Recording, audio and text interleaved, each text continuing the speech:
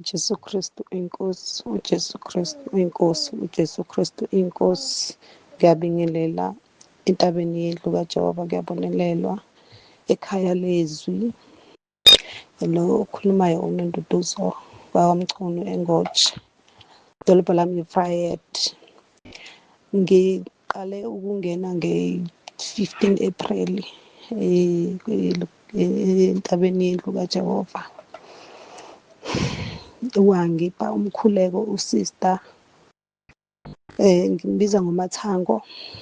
Ngase ngiyasho-ke, ngiyaqala ngiyaprakthiza noma bengingakholwa, kodwa-ke into eyenzakele bengihlaselwa imimoya, ikhova, amalulwane endlini. Sakhilana nabantu abangaphili impilo kaKristu, so bebelwa kakhulu. Singena isikhova sikhala sime kwipholi yagesi. Sakhala okokuqala ngelanga lokuqala, okwesibili, kwelesithathu ngakhumbula ukuthi kunesivumo ubaba umpostoli uNsibanda asiphe sona.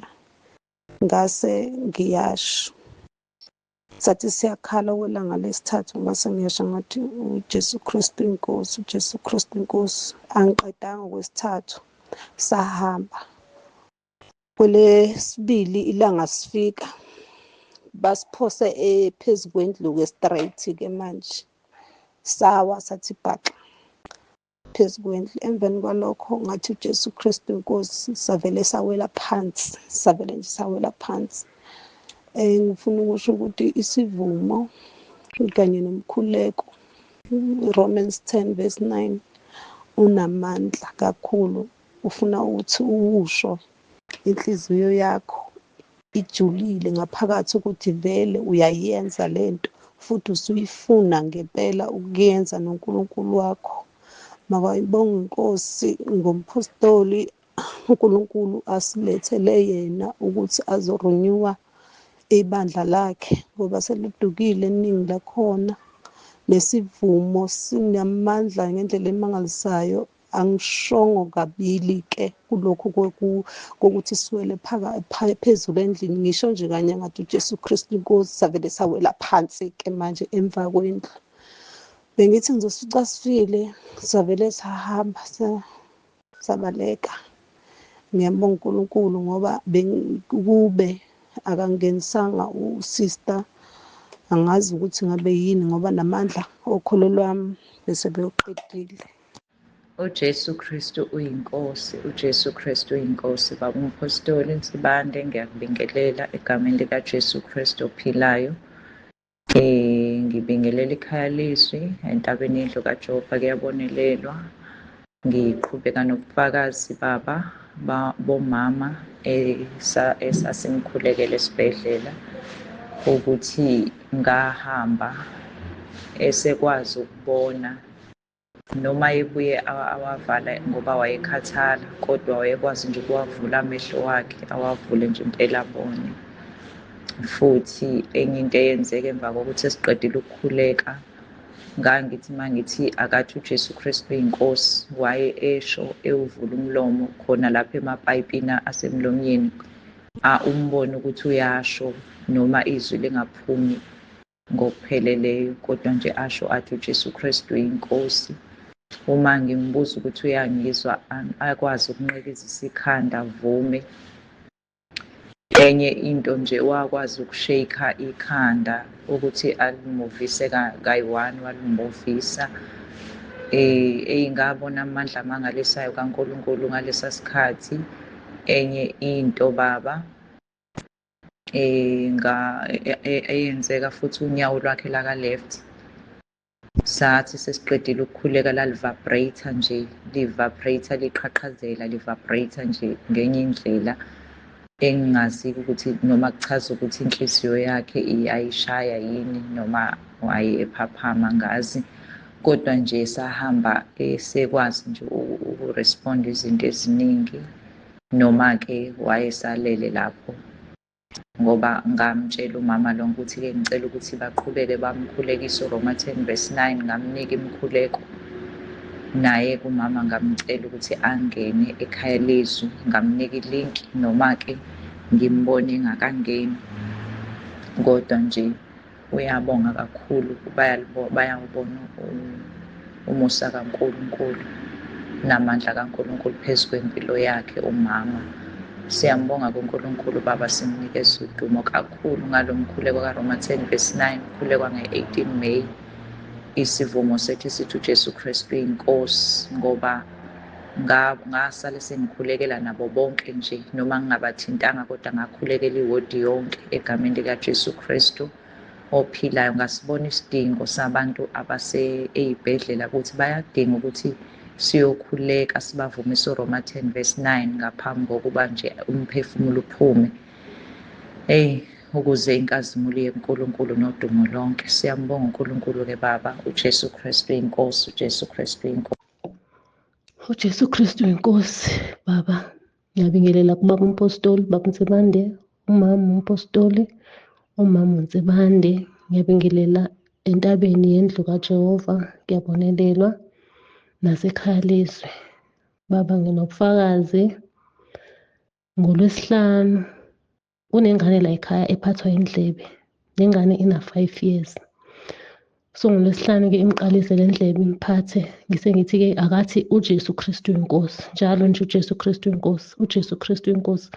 Wasoloko esho waze uyakhala-ke mncane-ke, uyakhala asho uJesu Kristu inkosi, uyakhala njalo kwaze kufike la ngicabanga ukuthi uzowafikela ubuthongo, waze walala ethi uJesu Kristu inkosi, uJesu Kristu inkosi, uJesu Kristu inkosi, okokoko nje eshilo. Ngicabanga ukuthi kusekwasifika la ize yathula khona, ngase ngimuzwa ukuthi manje uselele. Kuyazi wase ekuseni wasa, uma ngibuza injani indlebe, uthi hayi ingcono, akasezwa lutho. Ngathi Nkosi yami, ngiyabonga kuNkulunkulu ukuthi ingane ize yaba ngcono endlebeni, ngoba vele sesaba nalo mthetho ukuthi la ekhaya masilala njalo silalele iy'nkonzo. Nabo bayazi ukuthi uma ngabe noma yini nje yenzekayo siyasithi uJesu Kristu inkosi. Kwaze kwafika nale ndlebe sengiphethe ngale ndlela le, wabe sesho-ke naye ukuthi uJesu Kristu inkosi. Kona ngiyazi ukuthi uNkulunkulu ebengaphenduli mina, ebephendula umkhuleko wengane sithi uJesu Kristu inkosi. Nami bengisho ngithi uJesu Kristu inkosi, kodwa enhlizweni yami kuvuka ukuthi uNkulunkulu ebengaphenduli mina, ebephendula umkhuleko wengane eqhubeka ithi nje uJesu Kristu inkosi, uJesu Kristu inkosi. Ngiyabonga Baba, uJesu Kristu inkosi. Amen. Morning sisi wami, morning Ntaba. Ngiyabonga kakhulu sisi wami, Nkosi yamfaselelo kwethenzenhle sisi, ngiyabonga kakhulu Ntaba. Ngiyagula mama Neli, sukela ngoLwesihlanu nje Ntaba. Angilele nje, angikho right, ngidiza ngazi noma BP, kodwa ngiyaphuza amaphilisi akhona. Hayithi angizwa mehluko, ngicela ngizohamba ngekliniki. Ngiyabonga kakhulu mntakamana, mbonga uNkulunkulu nje sangigcinile. Ngithi 71 namhlanje. Ngiyabonga kakhulu sisi. Ngikuthanda kakhulu nami mntakama.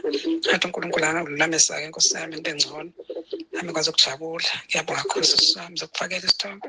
Ngilele nje, ikhanda liyasinda, umzimba ubuhlungu wonke, angazi noma inyongo noma yini, angazi. Ngiyabonga kakhulu dadewethu.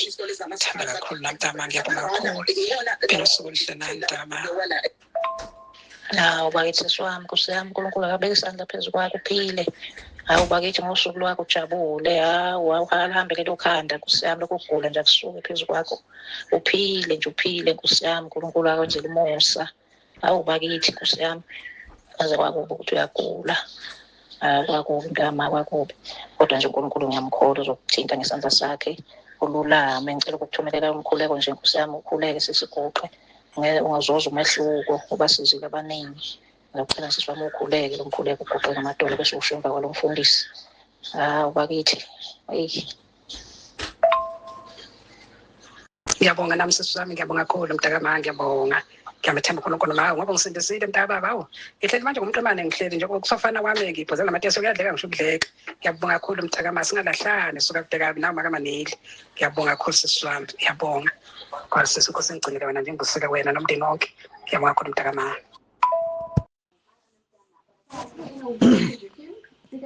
uJesu Kristu inkosi, uJesu Kristu inkosi, uJesu Kristu inkosi. Ngiyabingelela ekhaya ubaba uNsibande nomama uNsibande. Ngiphinde ngibingelele ekhaya lezwi, ngiphinde ngibingelele entabeni kaJehova kuyabonelela.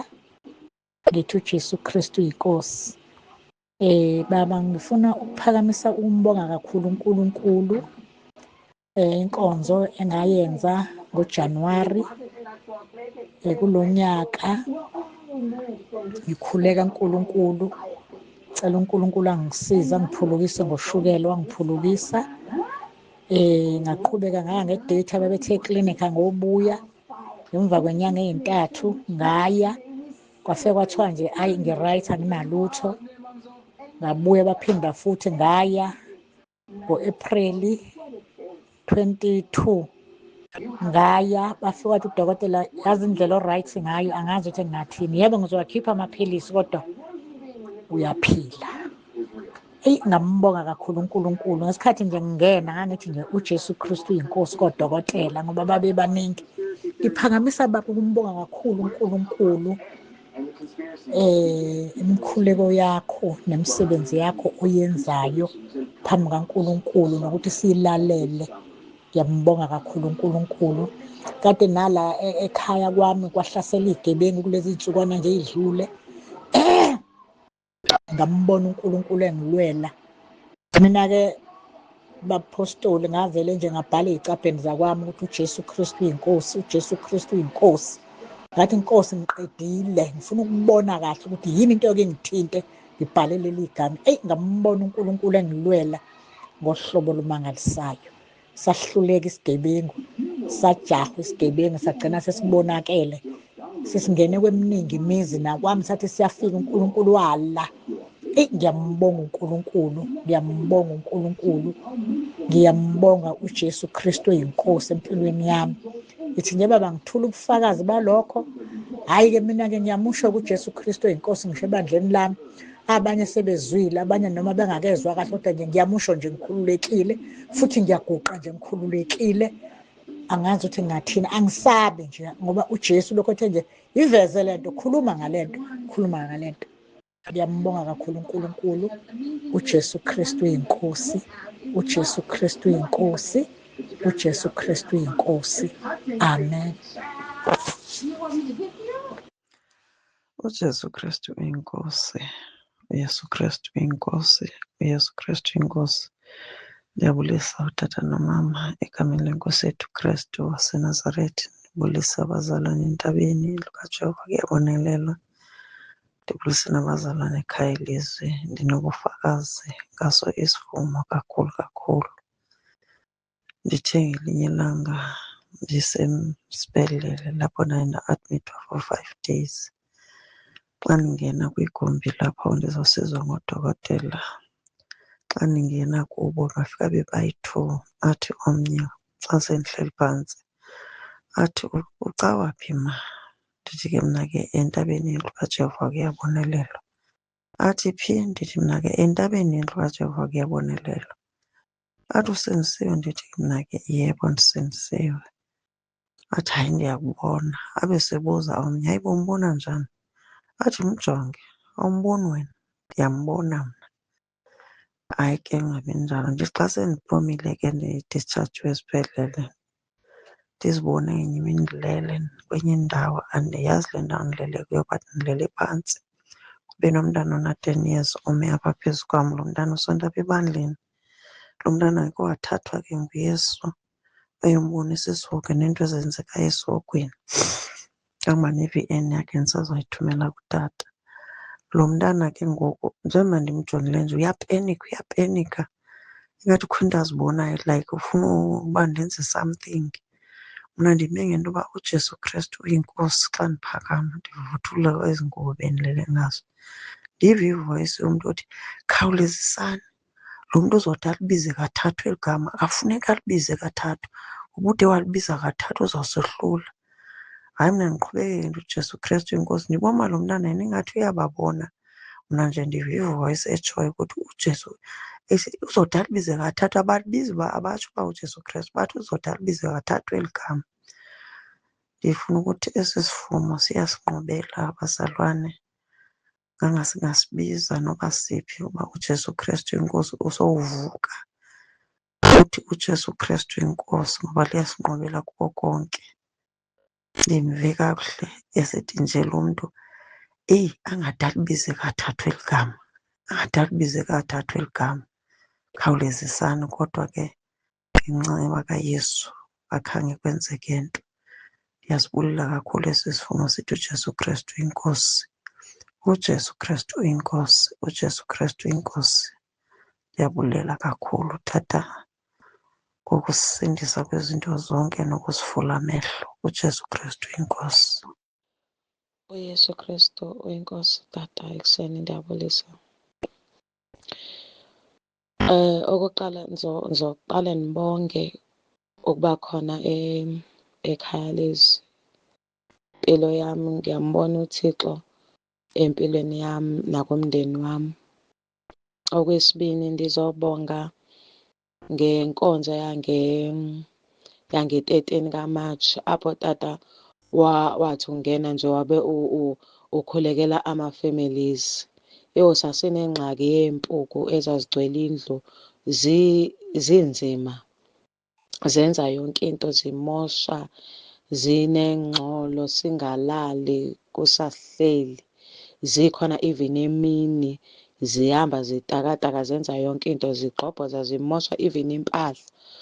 And ebusuku kwakuba ndivele ndoyike, zihamba phezulu kwezindlu ndibe nokoyika. After leya nkonzo leya sesiyakwazi even ukulala, sekuthulakele endlini, azisekho ezompuku. Ndizobonga kakhulu Tata, ndiyabonga. Ndithi uThixo anibusise umndeni wonke ekhaya kaNtsibande, anibusise ninomama, anandisele iy'nsuku zenu zokuphila. Ndiyavuya kakhulu nje uba sekhaya lezi. uYesu Kristu inkosi, amen. uJesu Kristu inkosi, uJesu Kristu inkosi, uJesu Kristu inkosi. Ngiyabingelela ekhaya kwaNsibande, ngibingelela bonke abazalwane, ngibingelela ekhaya lezwi. Okokuqala ngibonga udadewethu owangifaka ekhaya lezwi, wangikhipha ebumnyameni, wangifaka ekukhanyeni. Izintshumayelo engizithola khona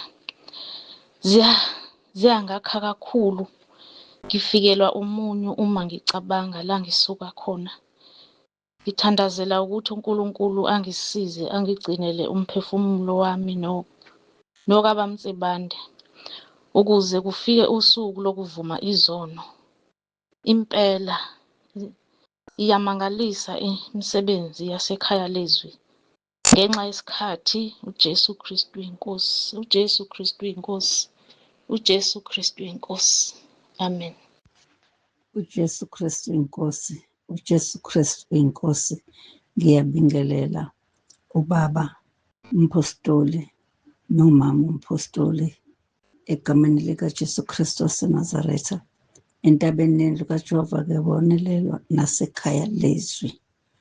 Ngiyabonga kakhulu kubaba ukuthi angithumelele nge-5-fold ministries, or ministry, not ministries, yes. Nangesifundiso ngombhabhadiso, nangentshumayelo kababa ayithi ubaba kuzona Beatitudes. Ngahlomula kakhulu baba kulezo nkonzo, nangenkonzo yesidlo, nangokudla okudliwa esilaheni okulungela abazalwane, nangomkhosi, nangokuba yihlathi nje. Khona labo baba efundisa khona ukuba yihlathi lomfundisi, nange-ordination service. Zonke lezi zinto ubaba achaze ngazo. Ngiyacabanga ukuthi nangumbhabhadiso, yebo, nangesifundiso sombhabhadiso ngicabanga bese ngikushilo. Ngiyabonga kakhulu, ngihlomula kakhulu baba entshumayelweni ubaba nangey'fundiso nje ubaba asifundisa ngazo. Ngiyabonga kakhulu. uNkulunkulu akubusise baba nomndeni wakho. Nakumama ngiyabonga uNkulunkulu ambusise ey'nkonzo zangoLwesine siyahlomula kakhulu.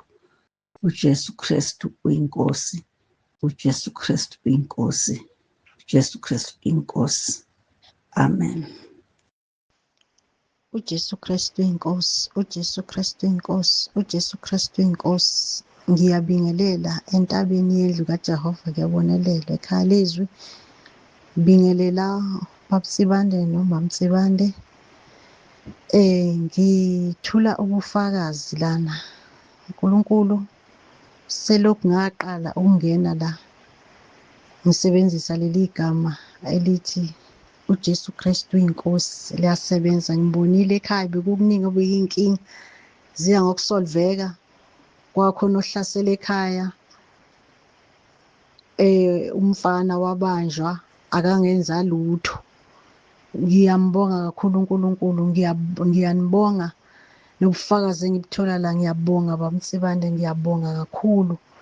Izimfundiso engizitholayo usuku nosuku ngithola okusha ebengingakwazi, okunye ngikwazi kodwa ngingakwazi ngichazeleke. Ngiyambonga kakhulu uNkulunkulu. Kukho konke kuningi angenzela khona. Unobufakazi obuningi ebantwaneni bami basinda emotweni, beginqike nemoto bobabili basinda. Ngiyambonga uNkulunkulu. Nami bengihlushwa yimoya kakhulu, mayele moya ebusuku ngingalali nje ngibe nemoya kuze ngathi nengqondo yami sithanda ukudideka, ngibe novalo olungishayayo. Hayi kodwa nje selokhu ngibize nje leli gama ethi uJesu Kristu inkosi. Hayi ngiyawubona umehluko. Ngiyabonga kakhulu. uNkulunkulu asigcine nani asigcinele nina baba kukho konke enisiqhwashisa ngakho. uJesu Kristu inkosi. uYesu Kristu inkosi tata, egameni lenkosi ndiyaphila. Ndiyathemba ukuthi nawe tata uyaphila. Tata ngicela ubuza, ndisebenzise omphi umthandazo kule mithandazo.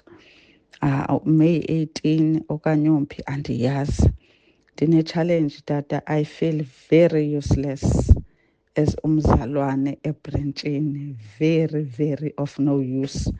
Ngoba ndikhumbula ndisafika evangelini ndafundisa ukuthi uYesu mos uthe ezweni lakhe ndawunenza abalobi babantu. So ndikhumbula ndifika kuthiwa ungatsho kanjani ukuthi uyakholwa kodwa inyanga iphele ngqungqe ungakhange uze kube khona nje umuntu olobekileyo ngempilo yakho. Ndanolangazelelo ke tata lokufuna uphila ivangeli so that uYesu alobe abantu ngempilo yami, abantu beze evangelini baguquke ngobona indlela endiphila ngayo.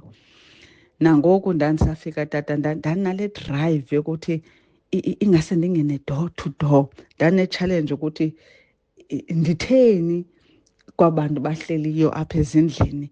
Iphelile iveki ndike ndashera nangoYesu, ngoba umsebenzi wami kukushera nje ukuthi ukhona uYesu ophilisayo, ukhona uYesu ongazithatha zonke ezingxaki zakho aziphelise nya ibe ngathi zange zibe khona.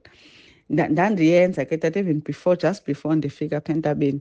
Sometimes ke ndihamba apha elokishini ndingene kuloo mzi nje kubekeke ukuthi ndingene ekuncokoleni, ndiveze umuntu ndifike nje sibulise athi usenza iti pha abeke iingxaki zakhe zonke apha. Ndithi uyabona uYesu ayonke lento uthi unguyise wentandane, indoda yabahlolokazi. Tata inkosi yayindipha amazwi aseBhayibhileni ndiwathethe nditsho emntwini, athi umntu ndicela kuzongena umthandazo apha endlini. Kwatsho ukuthi ke yabona ke ndingumzalwane nje. Nangoko ke nandiqoma nakule ndawo ndiphethwe kuyo andiyazi noba izawuvunya ndiyichaze. Bathi bazaza but ba-end-up bengadanga baphinde beze. Nam ke ngoku ufumaniseke uba endaphe ke ngoku ndingakwazi ukuya. Kweminye imizi tata ufumaniseke uba kusela wonke umntu onyakazayo apha endlini. Ndicela nje ukuthi ke sithandazeni, bavume kuthandazwe, babe ngathi ngabantu abangeza enkonzweni kodwa ke ba-end-up bangezi, because nam ke ndandingaphinde ndibuyele kubo okanye ndibaququzelele.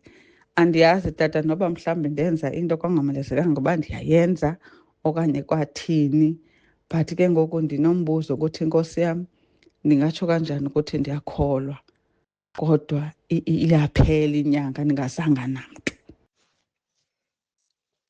Yesu Kristu inkosi. Ndiyabulisa egameni likaYesu. Igama lam ndingu-Unathi Qoli. NdingowaseQunu eMthatha. Ndathi ndilele ndabonisa utata ukunxibe izinto ezimhlophe. Wandibamba ngesandla, wandibonisa esihogweni abantu abathayo. Wathi, aba ngaba bangandinquliyo. Wandibonisa abadlali bebhola besitsha, ibhola ingumlilo, bedlala bekhala. Wandisa kubafundisi wathi, aba ngaba bangathethi nyaniso ngelizwi lam. Wandisa kubaprofethi wathi, aba ngaba baprofetha ubuxoki. Wathi kum, nawe ukuba awundinquli ngenyaniso, uza apha. Ndaye ndothuka ebuthongweni ndisoyika. uYesu Kristu inkosi. uYesu Kristu inkosi. Tata ndiyabulisa kutata, ndiyabulisa nakumama, ndiyabulisa nabazalwane bonke ekhaya lezwi. Ndithi uYesu Kristu inkosi. Tata ndibe nesitshilelo, ndibe nephupha xa ndivuka phezolo ekuseni yesithathu. Ndiboniswa uThixo ndithatha ndiyohlamba inyawo emanzini amaninzi, amanzini angathi ngawetsitsa ahambayo. Ndiwelele ngaphaya ke ndifike ke ndihlambe inyawo engathi iinyawo zam bezimdaka. Ndihlambe ke inyawo bese ndiphinde ndizame uwela. Xa ndifuna uwela amanzi avele avaleke, amanzi avele abe maninzi ingathi bekunethe isikhukhula le emandla, abe maninzi kakhulu amdaka. Kodwa uYesu uye wavula amanzi, wavula umhlaba owomileyo, ndawelela ngapha ndakwazi uwela. Ndabe sendiyofika ke ngoku endaweni enabantu abaninzi abahleli ngasethaveni, ingathi ivaliwe ithaveni. Abantu baninzi ngabantu basela utywala, baninzi bahleli phantsi badangele. Senditsho uba umoya wabo uyatsho ukuthi bayoyika, bahleli balinde ukoyikekayo, balindile nje singathi ke bajonge ecaleni elinye. Abantu akho mntu uthetha nomnye, bathule bonke kodwa balindile. Kufike ke abacuphi apha, abacuphi baphethe idokethi bamane bebiza one by one umntu onetyala apha angabisabuyela apha, baxoxe naye angabisabuyela ke ngokule ndawo. Nabanye balindile nje bahleli ngokoyika singathi ke omnye ndimbonile ngomntu osaphilayo kodwa bekhona phayana kulaa ndawo yokulinda elindile naye. Ingathi ndirhalela kuthetha nabo kodwa khange ndikwazi uthetha. Ndabe sendisehla ke ngoku ndisehla ngendlela ndadibana nabanye ootata besenyuka nabo beyojoyina aba bantu bahleli phayana.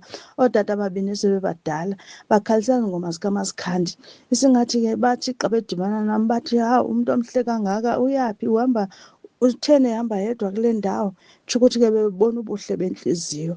Singathi ke ndiflaye ke ngoku ndibe sendiyofika endaweni enezindlu ezintle, sendidlulile kwaba bantu. Ndithi uYesu Kristu inkosi, uYesu Kristu inkosi. Amen. uJesu Kristu inkosi. Ekuseni ngibingelele Bamthibande, umama Mthibande, khaya lezwi. Entabeni Jehova kuyabonelelwa. Ngicela ukudlulisa ufakazi uNkulunkulu angenzela bona ngomkhuleko kaRoman 10:9 nomkhuleko ka-18 May, nayo yonke nje imikhuleko enginayo engayithola. Baba, ngizodlulisa amandla kaNkulunkulu. Benginenkinga yonyawo. Unyawo lwami belinenkwantshwa ngale ndlela ukuthi uma ngishaya even nje umlenze bekubuhlungu ngale ndlela yokuthi angisafune kuthintwa enyaweni. Noma ngihamba, noma ngithanda ngithi ukubhinyaka kancane nje kodwa ngizwe ukuthi lento ibuhlungu. Umlenze uvele ukubande noma ngiwushaya uthi uyabanda. Kodwa manje ngomkhuleko kaRoman 10:9 unamandla. ngiyawuthandaza, ngiyawukhuleka, ngikhuleka ngilala, ngikhuleka noma ngivuka, noma ngihamba endleleni ngibeke ngithi nje uJesu Kristu inkosi. Indlela onamandla ngayo baba, ngiyabonga kakhulu. uNkulunkulu uyungiphilisile, ngiphilile baba, ngiphile kakhulu, ngiyaphila, umzimba wami uphilile, ngi-right kakhulu baba. Ngibonga nje amandla kaNkulunkulu ukuthi udadewethu urejistiwe emsebenzini, wabizwa nje kahle, wabizwa naye njengabanye abantwana, warejistwa. Kodwa benenkinga emsebenzini, ixabana nabanye abasebenzi. Ambona nje uNkulunkulu engenelela, ambona nje uNkulunkulu engenelela. Laphela nje icala kuthiwa uzoyicaleni emsebenzini, aphele umsebenzi. Wangenelela uNkulunkulu, ngambona efohla, wafohla uNkulunkulu, kunzima. Wangena wafika wasibeka nje, wahlukanisa phakathi. Uyaqhubeka namhlanje, uyasebenza. Yithi bhuti bokhuleka uRomans 10:9. Yebo, naye noma eba nenkani, kodwa nje uma ngikhona ekhaya nje ngimtshela ukuthi hayi bo, kuyakhulekwa, umkhuleko ikhona, uNkulunkulu uyasinqobela. Ngiyabatshela baba, ngiyabafakazela nje ngoRoma 10:9 ngithi unamandla lo mkhuleko. Lo mkhuleko ungawuthathi kancane, ubone ngathi mfishane, unamandla ngale ndlela eyisimanga kakhulu baba. Ngiyabonga kakhulu. uJesu Kristu uyinkosi, uJesu Kristu uyinkosi. uJesu Kristu uyinkosi, uJesu Kristu uyinkosi, uJesu Kristu uyinkosi. Ngiyabingelela baba egameni lenkosi yethu uJesu Kristu waseNazaretha. Ngibingelele nomama, ngibingelele nabazalwane bonke baseKhalizwe, nabazalwane bonke basentabeni yendlu kaJehova. Ngiyabonelelwa baba, ngithi angidlulise ukubonga kwami okukhulu. Ngizothula ubufakazi baba ngemkhuleko osenzela yona. Kuthe ngo-April uphakathi ngangikhuluma nobaba, ngivuma izono zami engangizivuma. Ubaba ekugcineni wabe usungikhulekela baba, wangikhulekela waze wangikhulekela ngisho ukuthi uNkulunkulu angisize, abelungu bami bangikhuphulele iholo engiliholayo. Baba, ngithi angizobonga uNkulunkulu kakhulu. Ngiyabonga baba, ngiyabonga, ngiyambonga uNkulunkulu ngawe, ngoba baba, kule nyanga le esiphuma kuyona, ngiholile kahle, ngathuka nganemoya, ngazi ngavele baba, ngamangala, hayi kwenzeka kanjani? Ngamangala baba, ngizobonga uNkulunkulu ngoba ngokujwayelekile ngo-April, maku-April isikhathi la kusuke kufanele amaholo ethu anyuke njengabasebenzi bakwa-security, kodwa thina ikhampani yethu ayisinyuseli. Kufanele kuze kube ukuthi kuyafayithwa, sikulwele lokho, kwima baze bayinyuse. Mhlawumbe uthole ukuthi iyozinyuke ngo-August, ngoJulayi, kwima ifakwa imali, kodwa isabelo mali sibe sisaphuma kudala, kufanele ngabe ikhuphukile, bona bangasikhuphulile. Kodwa kulo nyaka baba, ngimangalile. Yikho baba ngithi ngiyambonga uNkulunkulu ngawe, ngiyambonga baba, ngiyabonga kakhulu. Ngithe nje uma ngihola, hayi bo, ngamangala baba, ngamangala. Ngiyabonga kakhulu baba, ngiyambonga uNkulunkulu. Ngithi uJesu Kristu uyinkosi, uJesu Kristu uyinkosi, uJesu Kristu uyinkosi. Amen. uJesu Kristu inkosi. Ngibingelele kubaba uNsibande, ngibingelele nakumama, ngibingelela ekhaya lezwi, ngibingelela entabeni yendlu kaJehova. Kuyabonelelwa ngesivumo esithi uJesu Kristu uyinkosi. Ngiyabonga ithuba lokuthi ngifakaze, ngoba sonke lesikhathi bengilokhu ngiyibuza ukuthi kade mina ngifakaza nini. Okokuqala nje, buningi ubufakazi bami, kodwa ngizolokhu ngibusho kancane kancane. Ngingakasindiswa benginento ebilokhu ihamba eswing, so sengisindisiwe ngafasta, ngayifastela lento, ngafasta for 3 days fasting, dry fasting. Ngifastela yona lento ukuthi khona into emuva esiswini sami ngathi inyoka. Mase ngithi sengiyihlalele nje, ngithi lento le ebimuva la esiswini angisayizwa. Kusho ukuthi uNkulunkulu usengiphulukisile, uNkulunkulu usengisizile kule nto, ngoba kuze kube namhlanje le nto le lokhu engafasta angisayizwa le nto le emuva esiswini sami.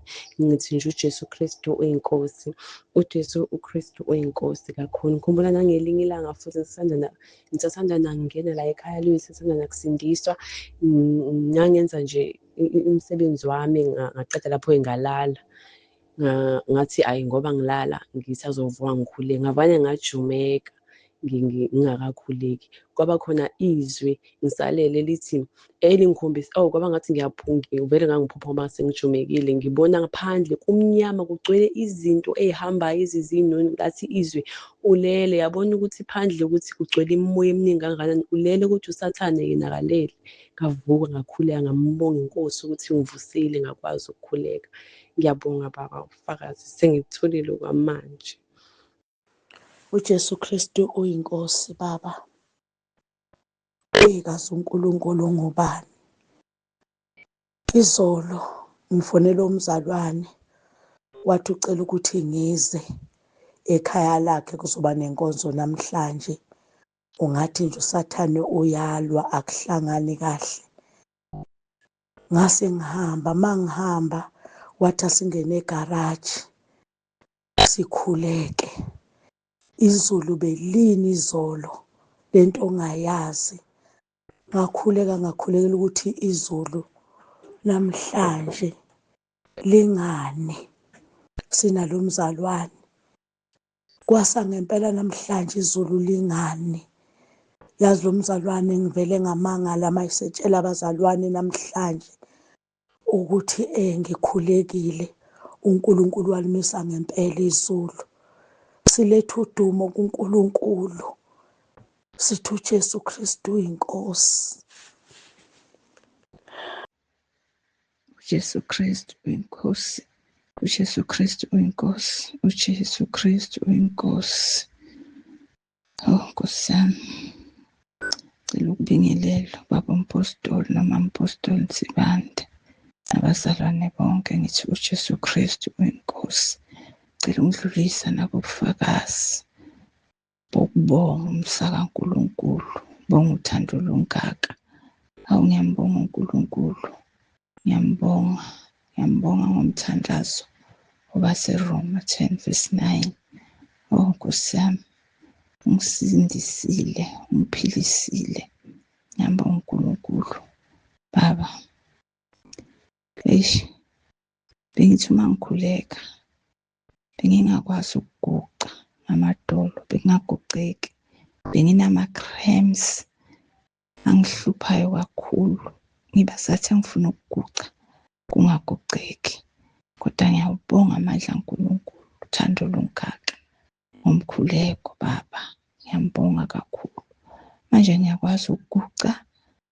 Uma ngikhuleka nje ngiyaguqa kamnandi, akusekho la ngihlukumezeka khona. Ngikhuleke kahle futhi nje ngizithole sengikwazi ukuguqa. Ama-cramps lawo angikwazi nokuthi ahambe nini. Ngajabula kakhulu, ngambonga uNkulunkulu, ngathi udumo lonke malube kuye. Benginokunye nje ukugula emzimbeni wami, kodwa konke kwavele kwayiphelela nje.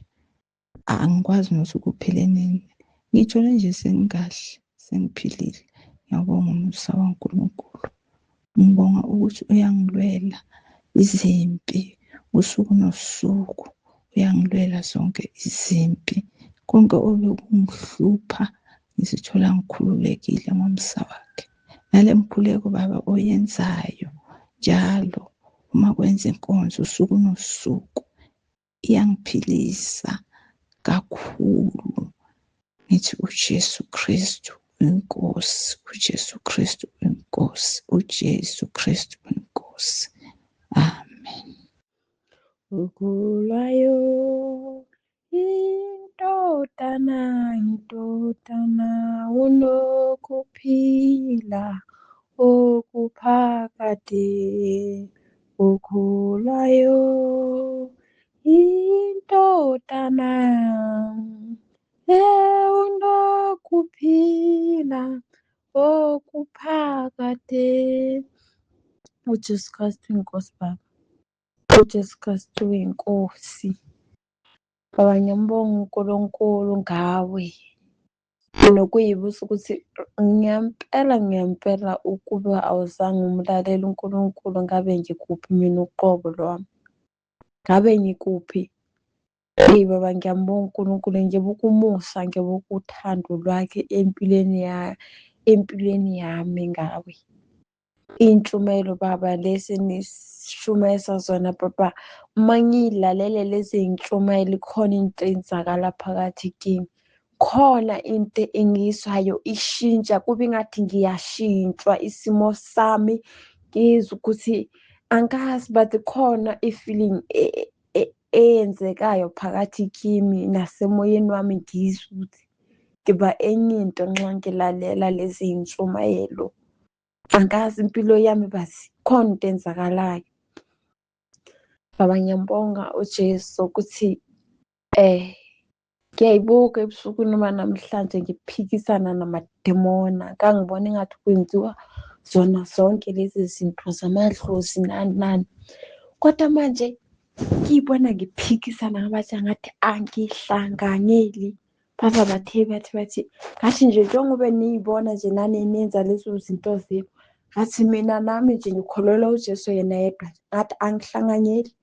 Ngathi angihlanganyeli. Ngiyambonga uJesu ukuthi hey, nasebusuku impilo yami iyafakaza ngaye ngilele ukuthi iyafakazela igama lakhe. So ngiyambonga kakhulu Baba.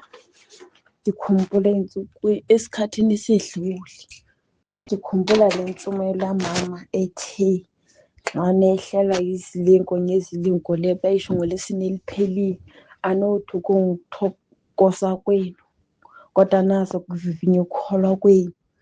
Kwafika nami ngelinye ilanga yafika leyo nto, kwathiwa la ngihleli khona nxa bengithethisa angiyokwazi nje ukuthi ezulwini izulu liyagida.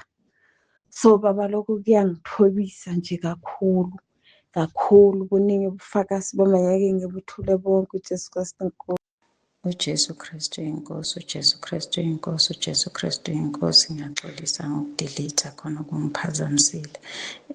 Ngidlulisa ukubonga kakhulu uNkulunkulu ngangenzele khona. Ngilenyalelwe umntwana ngonyanga edlule wentombazane. Khona isihlobo sethu besivakashile baxabana naso, kwaba nokungaboni ngasolinye, samshaya samklinya.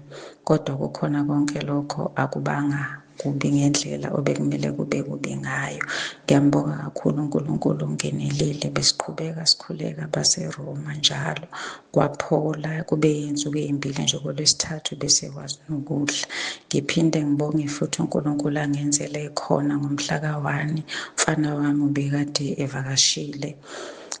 Kuthe efikile lapha ade evakashile khona ekuseni ngomhla ka-1 wahlaselwa, kwangena abantu endlini bamshaya bamgwaza elele, akezwanga lutho, akabonanga lutho, uthi uphaphame esephandle, bathi ubesequlekile-ke. Ngiyabonga kakhulu uNkulunkulu ngoba ukwazile ukufika esibhedlela ephila. Waphuma nami ngaye esibhedlela, waphuma sabuya naye. Ngiyambonga kakhulu uNkulunkulu, nakuyena siqhubekile sakhuleka baseRoma. Kupholile kube yinsuku ezimbili nje, kulolu Lwesithathu siyabukeka nasebusweni kuseleleli inxeba nje elidiphi elisentanyeni. Kodwa ngiyambonga nje kakhulu uNkulunkulu. Ngibonga izifundiso nabaseRoma, ngibonga nje nemikhosi kaJanuwari kakhulukazi, ngoba ngibonela ukuthi uyangisebenzela lapho sasikhuleka khona. Sasinikeziwe ukuthi sikhuleke amahubo 25 amahubo 23 athi uJehova ungimelusi omuhle. Ngimbonile kakhulu ukuthi ungimelusi omuhle. Ngiyamtusa kakhulu uNkulunkulu, umoya wami uyayitusa inkosi. Ngiyabonga ngithi uJesu Kristu inkosi, uJesu Kristu inkosi, uJesu Kristu inkosi. uJesu Kristu inkosi. Ngiyaxolisa kakhulu ukubhala ngicishe Baba, ngibone sekweqile esikhathini esifanelekile. Ngizocela ukubingelela kuBaba uNsibande, ngibingelele kuMama Nsibande, ngibingelele eKhalezwi, ngibingelele entabeni yendlu kaJehova kuyabonelelwa. Ngizocela ukuthatha leli thuba ngixolise kakhulu ukunyamalala isikhathi eside ngabuthula ubufakazi bami. Nginobufakazi obuningi kodwa ngiye ngisaba isikhathi siyangeqa kakhulu uma ngithi ngiyafakaza, kodwa ngibona ngazuthi namhlanje ngizosho nje lobu bokugcina ubufakazi kuphela obenzeke ngoMgqibelo kuzosa kube yiSonto. Yes, kube nobufakazi obukhulu ngathi ngiyambonga uNkulunkulu ngoba bese ngi-drained nje ngingazi spiritual drained ngendlela yokuthi bengizwa umoya ongcwele nje ngingawuzwa uma ngikhuleka, kodwa ngithe kulo busuku nje kuzosa kube uSunday ngazwa umoya ongcwele ukimi, ngaze ngacula iculo lendumiso lokuthi yehla moya ongcwele ungisebenzise, ngoba benginezimo nje ezingibuhlungu nje ezenzekayo empilweni yami ngikhuleka. Ngabe sengiba nenhlanhla-ke ubaba waveza umkhuleko ka-10 days prayer and fasting, lona wephasika, ngangena kuwona ngokusizwa uNkulunkulu ngazizwa ngibuyelwa amandla amakhulu. Ubufakazi-ke engizobuthula buningi kakhulu, kodwa ngizothatha lobu nje bokugcina obenzekile, lobu ngithe ngithi ngiyakhuleka ngo-3 ekuseni ngivuka ngathola ukuthi uma ngisho iculo lendumiso emva komkhuleko lithi yehla moya oyingcwele, yehla moya oyingcwele, kwaqhamuka izwi elicula ngetena emva kwami engithe ngiyalibheka ngabona lingekho muntu ukuthi usisebenzise lokhu okuzondwa nguwe masizondisise. Ngavele ngamangala nje ukuthi leli zwi liqhamukaphi ngoba manje liyangibheka ngemuva. Ngithi uJesu Kristu uyinkosi, uJesu Kristu uyinkosi, uJesu Kristu uyinkosi yamakhosi. Amen. uJesu Kristu uyinkosi Baba, uJesu Kristu uyinkosi, uJesu Kristu uyinkosi. Ngiyakubingelela Baba egameni kaJesu Kristu waseNazaretha, noMama Nsibande naye nawo wonke umndeni wakaNsibande. Baba, ngizobonga inkosi uJesu, ngiyayibonga kakhulu ngawe ngokuthi isithumelele wena uzokwazi ukuthi umalusi wethu, nanokuthi uvume ukuthi uyivule igroup ikhaya lezwi eliyindawo lapho esikwazi khona ukuthi sidle izwi everyday, sikwazi ukukhula emoyeni. Baba, emva kokuthi ngibe nombono ngoFebruary, wona owangenza ukuthi ngikwazi ukuhamba ngiye koyoshutha lapha kwe-podcast, ngoba inkosi yayingithuma kubantwana bayo ukuthi ngiyobalanda laba ababushiwe abagqilazekile endaweni emhlabeni wonke jikelele.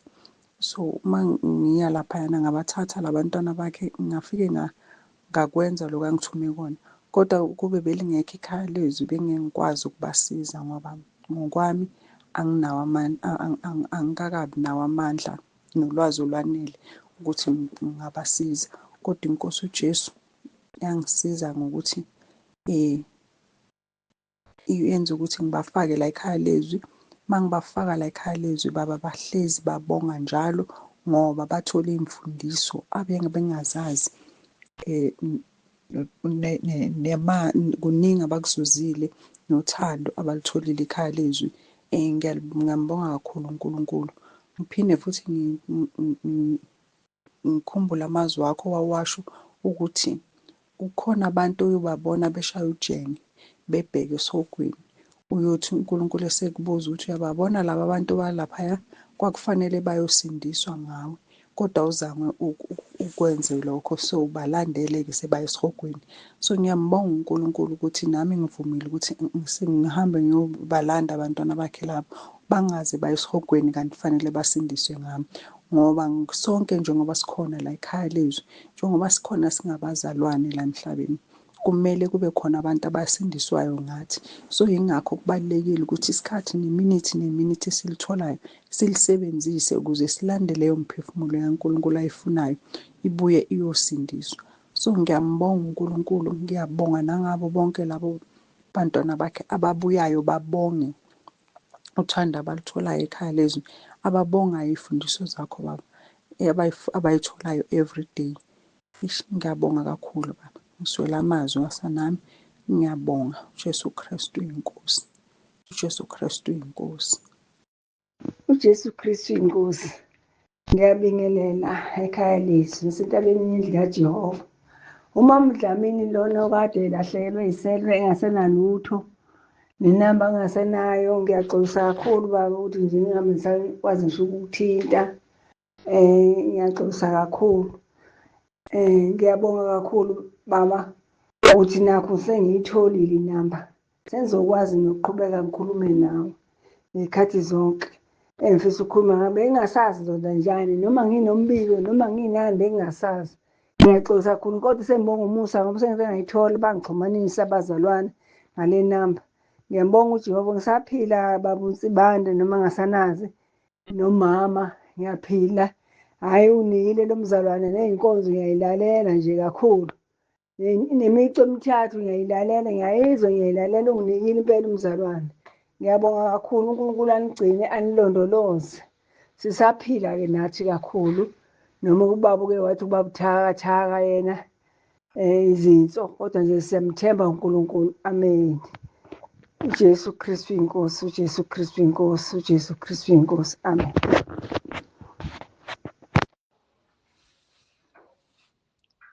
Ngiyabingelela Baba nomama entabeni yendlu kaJehova, kuyabonelelwa nasekhaya lizwi. Ngiyathanda nje nami namhlanje ukuletha ubufakazi obuncane kodwa bukhulu kimi. Lokhu uNkulunkulu angenzele kona ngisimpini noma izimpini ezingimangazayo seloko ngashiwa ubaba ngo-2024. Qala kwami nje ukucela umkhuleko kubaba uNsibande nokulandela lokho akushoyo ngokulayelwa inkosi. Ngikubonile kungisiza kakhulu endleleni. Okungimangalise kakhulu umkhuleko bekade ngiwenza izolo, ngikhalela uNkulunkulu ukuthi angenelele esimeni sami engibhekene naso laphaya endlini phakathi kwami nomntwana. Bengikhala izolo, ngikhala kakhulu ngithi uNkulunkulu ngenelela kulesi simo esiphakathi kwami nomntwana. Namhlanje ekuseni ngathola impendulo uma ngivuka ngilungiselela ukuya emsebenzini, esethi kimi, mama, imali le bengithe ngicela uyikhokhe ungasayikhokhi ngoba ngiyasaba ukuthi ingalimaza, ingahlangahlanganisa izimali zakho. Bengitshela uMoya oNgcwele izolo ebusuku ngithi, Nkosi, mina ngikhathele ukukhuluma kule ndaba.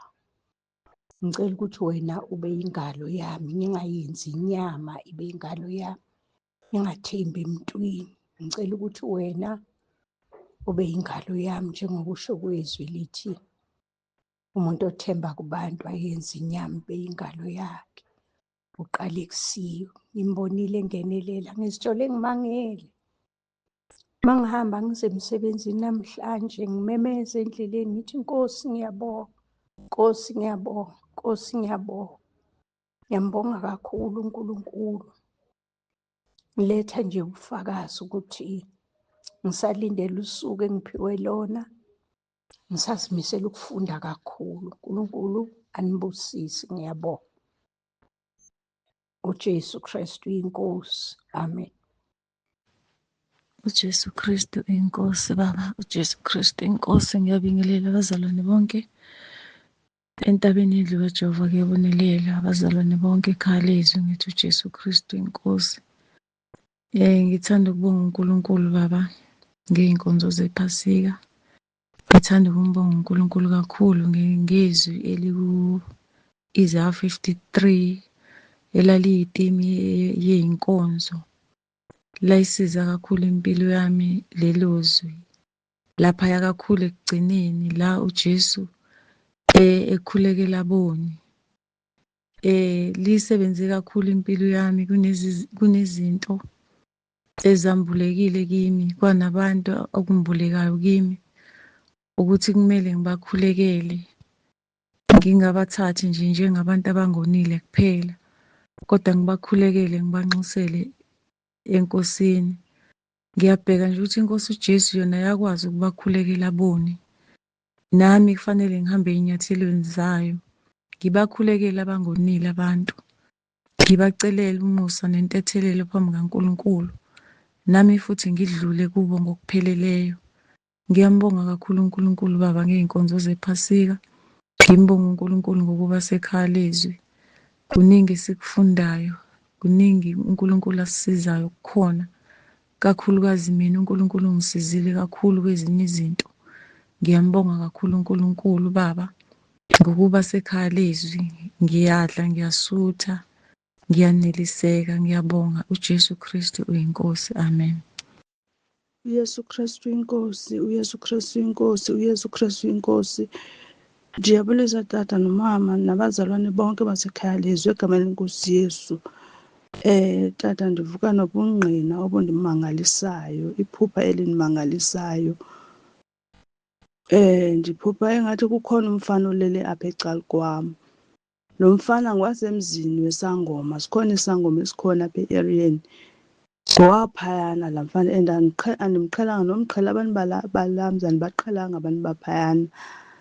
Ingathi lo mfana ulele apha ebhedini yam, ujajile engathi ebefuna ulala nam, kodwa ndakhawuleza ndambona, ndambhaqa ukuthi ikhona imikhuba afuna uyenza. Ingqondo yam yakhawuleza yabuya.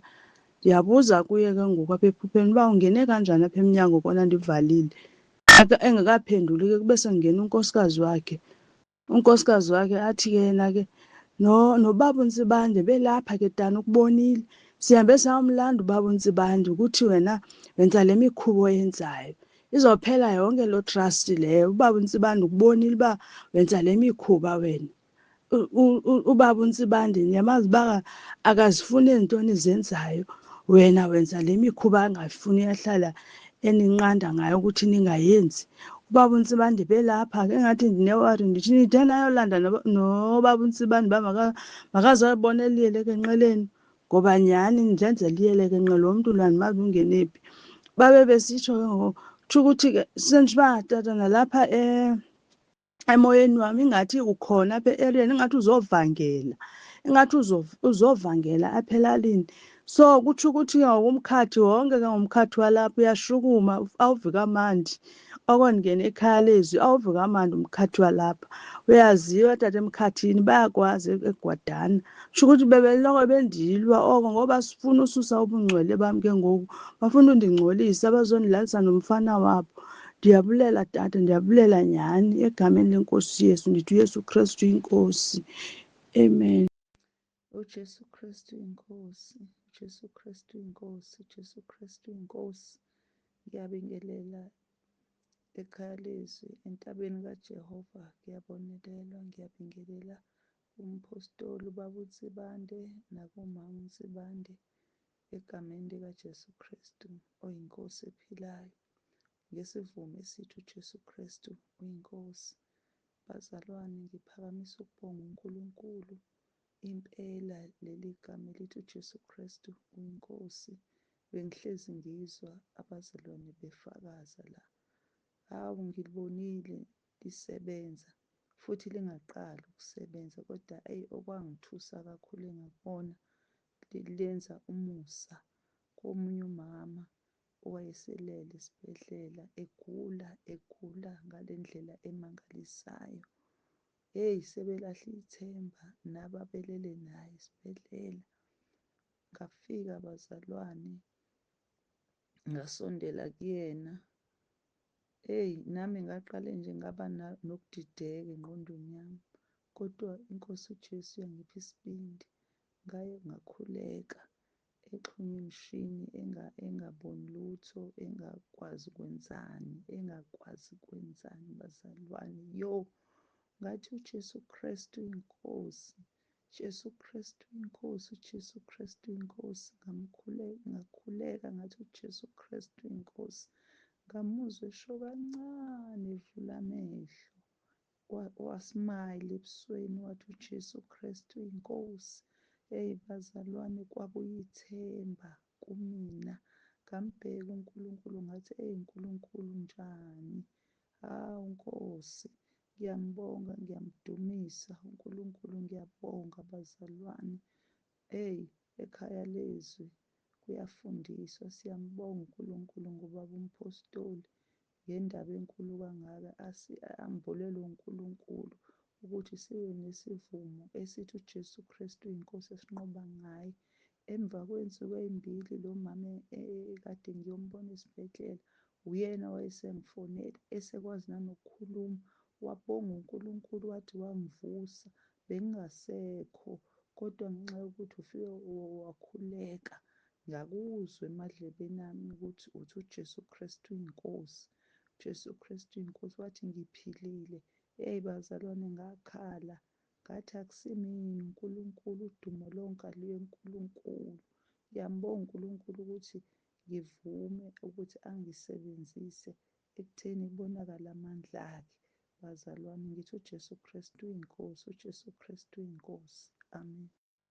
uJesu Kristu uyinkosi. Ngiyabingelela baba Mtsibande, ngibingelele nakumama Mtsibande, ngibingelele ekhaya lezwi, ngibingelele entabeni kaJehova. Ngiyabonelelwa. Ngizobonga baba, ngiyabonga baba kakhulu umthandazo abaseRoma 10:9. Nginomntwana nje ona 12 years. Ngesonto ufike ekhala athi mawubuso bami buyavutha. Nganganaka nje ngibhizi ngilalela inkonzo ngoba ngibone ngiphazamisa. Ngathi hayi coba umuthi we-rash. Wakhala kakhulu wathi kuvutha kakhulu ebusweni bami. Ngathi iphuza i-Allergex. Hhayi, waqhubeka wakhala. Enhlizweni yami kwafika ukuthi mnike umkhuleko wabaseRoma 10. Ngamnikeza wona baba umkhuleko. Wakhuleka, ngangamlekelela. Wakhuleka nje yedwa ngawo, waguqa, wakhuleka. Umangaliso wenziwa uNkulunkulu. Wavele kwaphela same time. Amaqhuqhuma nje besebusweni eseqalile esevumbuka. Aphela ngaleso sikhathi. Ngimuzwe nje ethi hawu, kwashaya umoya ma. Ngibonga kakhulu baba ngabaseRoma 10:9. Ngiyabonga kakhulu. Ngithi nje uJesu Kristu uyinkosi, uJesu Kristu uyinkosi, uJesu Kristu uyinkosi. Amen. uJesu Kristu uyinkosi, uJesu Kristu uyinkosi. Baba, ngiyabingelela baba uMphostoli nomama, abazalwane bonke ekhaya lezwi, abazalwane bonke entabeni yendlu kaJehova. Kuyabonelela. Ngiyabonga baba, ngicela ukudlulisa ubufakazi.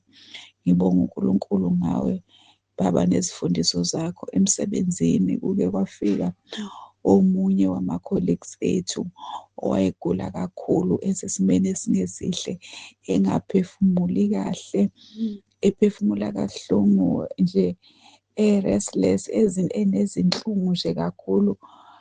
Bazalwane, sathi senza esikwenzayo, simsiza, sikhuleka. Ngisho ngapha ngithi uJesu Kristu inkosi phezu kwalo mzimba. Nomunye sasisebenza naye nawe uyakhuleka.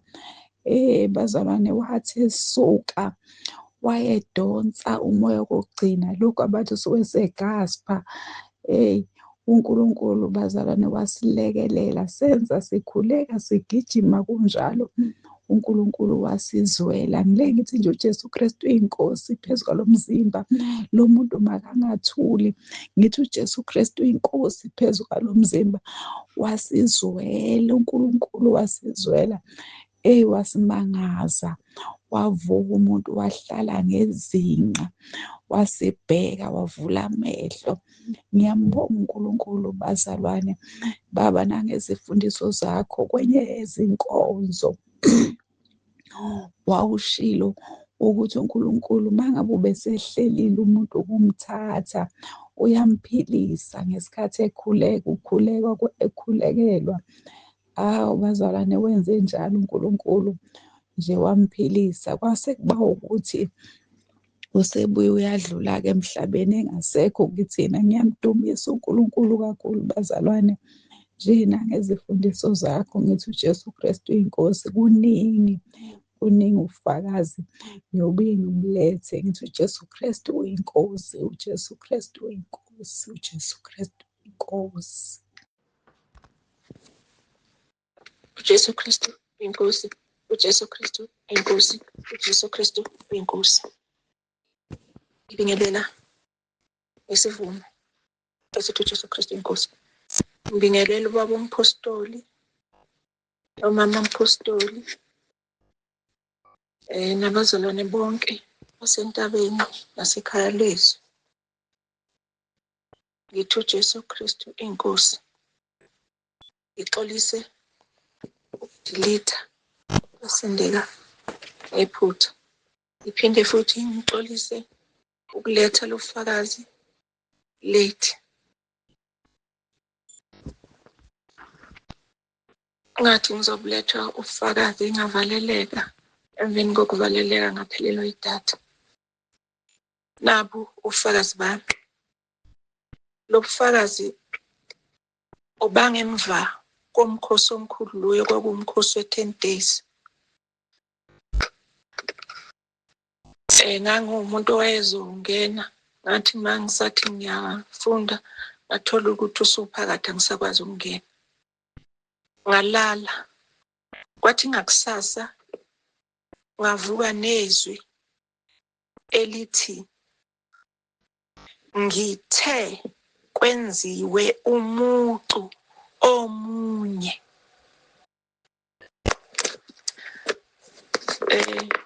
Lo mbono ukhulumela phezulu kokwakushiwo ubaba ukuthi sesiqedile umkhosi we-10 days, kwenziwa umkhosi we-3 days wokubonga.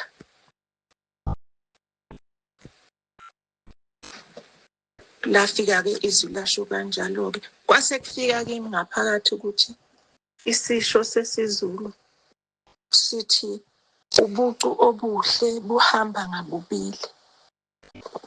uJesu Kristu uyinkosi, uJesu Kristu uyinkosi. uJesu Kristu uyinkosi.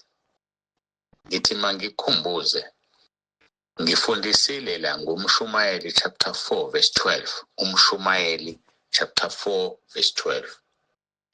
Uthi, nakuba umuntu ahlulwa yedwa, ababili bayokuma phambi kwakhe. Nentambo emithi umthathu ayisheshi ukuqashuka. Intambo emithi umthathu ayisheshi ukuqashuka. uNkulunkulu ufuna senze nomuntu wesithathu. Kuwena kuchazwanga ukuthi umuntu wani, kodwa umuntu wesithathu. Lisho njalo izwi la umshumayeli chapter 4 verse 12. Nakuba umuntu ahlulwe yedwa, ababili bayokuma phambi kwakhe. Nentambo emithi mithathu ayisheshi ukuqashuka. Uma-ke siya kuMathewu chapter 6, le mithi emithathu okukhulunywa ngayo okungukuthi uNkulunkulu ubone ukuthi kushoda umuntu owodwa. Imithi emithathu uMathewu chapter 6 verse 1. Othi qaphelani ningenze ukulunga kwenu phambi kwabantu kuba nibonwe yibo, funa ningabi nawo umvuzo kuyihlo sezulwini. Verse 2. Ngakho-ke nxa wabela isipho, ungakhalisi icilongo phambi kwakho njengalokhu kwenza abazenzisi emasinagogeni. Ukwabela isipho umuntu wokuqala. Umuntu wesibili siwuthola kuverse 5 kawakho uMathewu chapter 6. Othi nalapho nikhuleka, ningabi njengabazenzisi ngokuba bethanda ukukhuleka beme emasinagogeni nasezinhlanganweni zezindlela ukuba babonwe ngabantu. Ngiqinisile ngithi sebewamukela umvuzo wabo. Kepha wena nxa ukhuleka ngene ekamelweni lakho, uthi usuvale umnyango wakho ukhuleke kuyihlo sekusithekeni, noyihlo ubone kusithekeni uza kukuvuzwa. Kodwa nxa nikhuleka ningathemelezi njengabezizwe ngokuba bathi bayakuzwiwa ngokukhuluma kwabo okuningi. Umuntu wesibili ukukhuleka. Umuntu wokuqala ukupha. Kodwa kufanele mawupha ungakhalisi icilongo kwazi wena kuphela ukuthi uphile. Umuntu wesibili ukukhuleka. Umuntu wesithathu uverse 18 uverse 16 verse 16 kuMathewu 6 othi futhi nxa umswabuka lamavesi uverse 1 uthi kepha qaphelani, bese uthi verse 5 nalapho nikhuleka, kusho ukuthi kuxhunywa kuverse 1, bese ethi uverse 16 futhi nxa nizila, kusaxhunywa kuverse 5, futhi nxa nizila ukudla, umuntu wesithathu kuzila ukudla. Ninganyuka manje njengabazenzisi ngokuba bona abanyakamisa ubuso babo ukuze babonakale kubantu ukuthi bazelile. Ngiqinisile ngithi kini sebewamukela umvuzo wabo verse 17. Kepha wena nxa uzila, gcoba ikhanda lakho ugeze ubuso bakho ukuze ungabonakali kubantu ukuthi uzilile kodwa kuyihlo sekusitheni noyihlobona ekusitheni uzakukuvuza. Ukhuluma ngomkhosi-ke la kule voice note yakho. So ma ukhuluma ngomkhosi, umkhosi of effective, umkhosi onamandla, ukuzila ukudla okunamandla, ilokho kumicu umthathu okukhulunywe ngayo laphaya kumshumayeli, imicu emithathu. Yakhumbula kumshumayeli kukhulunywe ngemicu emithathu. Iyo-ke le micu emithathu uverse umshumayeli chapter 4 verse 12. Nakuba umuntu ahlulo yedwa ababili bayakuma phambi kwakhe, nentambo emicu umthathu ayisheshi ukuqashuka. uNkulunkulu ufuna uma sizila ukudla senze lezi zinto ezintathu. So ma uzila ukudla uyakhuleka, ma uzila ukudla uyapha. Ukuzila ukudla kuhambi kodwa, noma wabela abampofu noma wenzani kodwa yipha ngesikhathi usazila ukudla. Uphinde ukhuleke khona abazila ukudla umuntu ayikhulekele ekuseni evuka. Lo mkhuleka ukhuleka noma engazilile ukudla, aphinde akhuleke seyolala. Lo mkhuleka ukhuleka noma engazilile ukudla. So ma uzila ukudla ukhuleka kaningi ngosuku. Ngeke ukusiza ukuzila ukudla ungakhuleki, ngeke ukusiza ukuzila ukudla ungaphi, ngeke futhi kukusize ukuzila ukudla ubonakale kubantu. Akungabikho umuntu owaziyo ukuthi uzila ukudla, akube imfihlo yakho ukuze ubaba ubone kusithekena kuvuze. Ileyo ndambo-ke imicu umthathu. uNkulunkulu ufuna imicu emithathu njengoba ekhulumile kumshumayeli chapter 4 verse 12. Nentambo emicu umthathu ayisheshi ukuqashuka. Sibonile laphaya uKhoneliya wenze lezi zinto ezintathu. Umuya kuyizenzo chapter 10 ngisavula izenzo chapter 10 ngoba ngiyabona ufuna singene lesi sifundo. Siyambonga umntwana kaNkulunkulu owambulelwe ngemicu, wathi uNkulunkulu kuye uyawufuna lo munye umuntu. Abantu abaningi bazila ukudla baphi? Abantu abaningi bazila ukudla bamemezele usubulela umuntu. uKhoneliya izenzo chapter 10 kwakukhona eKesariya indoda ethile igama layo longuKhoneliya, eyinduna yekhulu yebutho elithwe lase-Italia, uverse 1 lo. Verse 2, wayengumuntu okholwayo nowesaba uNkulunkulu kanye nendlu yakhe yonke, abela abantu abampofu izipho. Yezwa-ke, umuntu wokuqala abela abampofu izipho. Umuntu wesibili ekhuleka kuNkulunkulu njalo njalo. Uthi kuverse 30, siyaqoma siya ku-30, uKhoneliya wathi kuPetro, ngezinsuku ezine ezidlule ngaleli hora bengenza umkhuleko wehora lesishiyagalolunye endlini yami.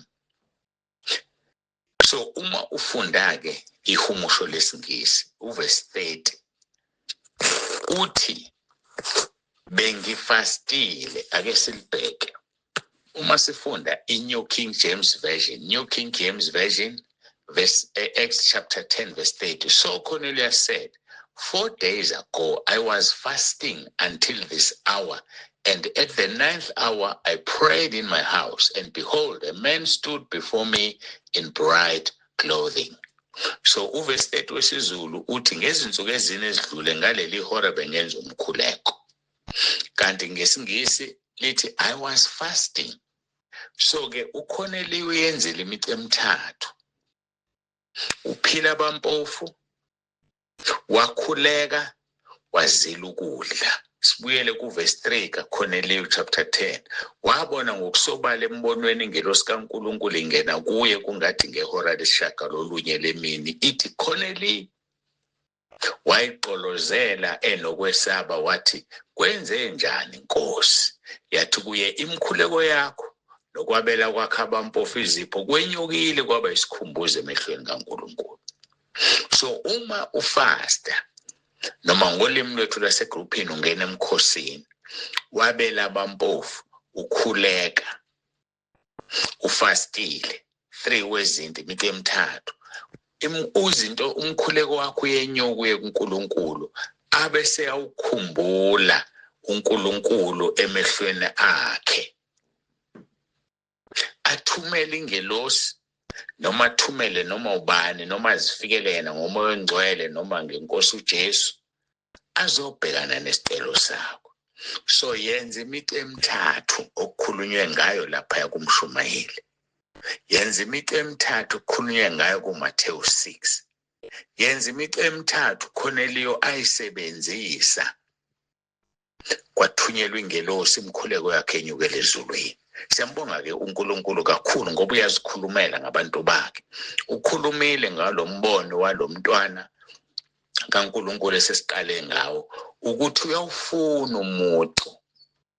Khona umuntu oshodayo ebantwini bayakuthanda ukuzila ukudla, bayakuthanda ukukhuleka kodwa baphi? Yipha ukuze umkhuleko wakhe fasting yakho ibe effective. Bawonse bantu uyavalelisa ube nosuku oluhle. Siyambonga uNkulunkulu esimkhonzayo ngoba uyazikhulumela nanoma ngobani akakhethi balala muntu. uJesu Kristu uyinkosi. Nibe nosuku oluhle. Simthanda nonke emakhaya.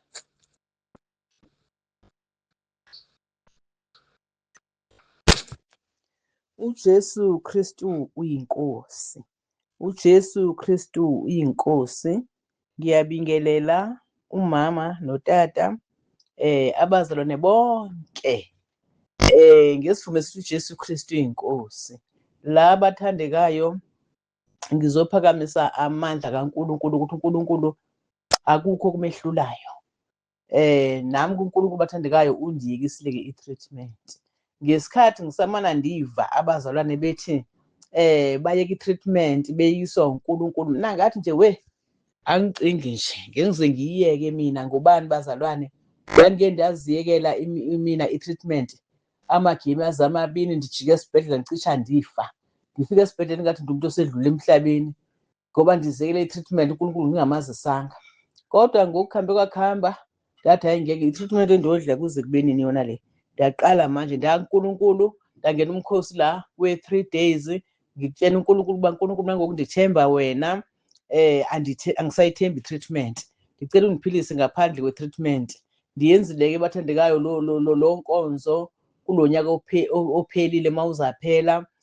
Kuzothi ke manje ke kule inyanga April sengibuye eclinic ke mangibuye eclinic bazalwane bese ngiyatshela bese ngitshela ke mase ngihlolwa iBP noshukela kuthiwe hayi cha zikhamba kahle kakhulu. Bathandekayo ngisho ukuthi mhla ngaphuma emkhosini lo ka 3 days zange ngiphinde ngiyithinte i-treatment. Namhlanje ngizophakamisa uNkulunkulu ukuthi uNkulunkulu ngempela akukho kumehlulayo. Namhlanje nami sengiphila ngaphandle kwe-treatment futhi anginavalo lokuthi njengandiyeke i-treatment mhlambe kuzovuka kuthini. Cha, ngeke kusavuka abathandekayo. Ngempela bazalwane uNkulunkulu masimthembisiseni sinike kuyena ezintweni zonke singanqike ezintweni ezibonwa ngamehlo. uJesu Kristu uyinkosi. uJesu Kristu uyinkosi. Amen. uJesu Kristu uyinkosi. uJesu Kristu uyinkosi. uJesu Kristu uyinkosi. Ngiyanibingelela baba nomama Sibande nomndeni wonke. Ngithi ngivalelise sengiyasuka namhlanje ngiya ekhaya eMalawi. Ngisuka la eThekwini namhlanje ebusuku ngabu-8, then-ke kusasa early ngizobe ngiseJoburg, then ngomgqibelo ekuseni 6:30 lapho ngizosuka khona eGoli kuya ekhaya eMalawi. Ngiyabonga konke kwenzakaleka ngo-Easter, Good Friday. Hayi, konke kwahamba kahle kakhulu. Yebo, emva kwalokho usathana wahlasela, kodwa-ke nangu ngisaphila, konke kuhamba kahle. Nisale kahle, uNkulunkulu angigcinele mina ngokugcina inkosi maduzane ezobonana. Kungenzeka kuleli noma ekwelizayo. Ngiyabonga kakhulu Baba nezifundiso zakho. Ungikhumbule emthandazweni, ungikhumbule. Ngizoripota uma sengifikile ekhaya. uJesu Kristu uyinkosi, uJesu Kristu uyinkosi, uJesu Kristu uyinkosi. Amen.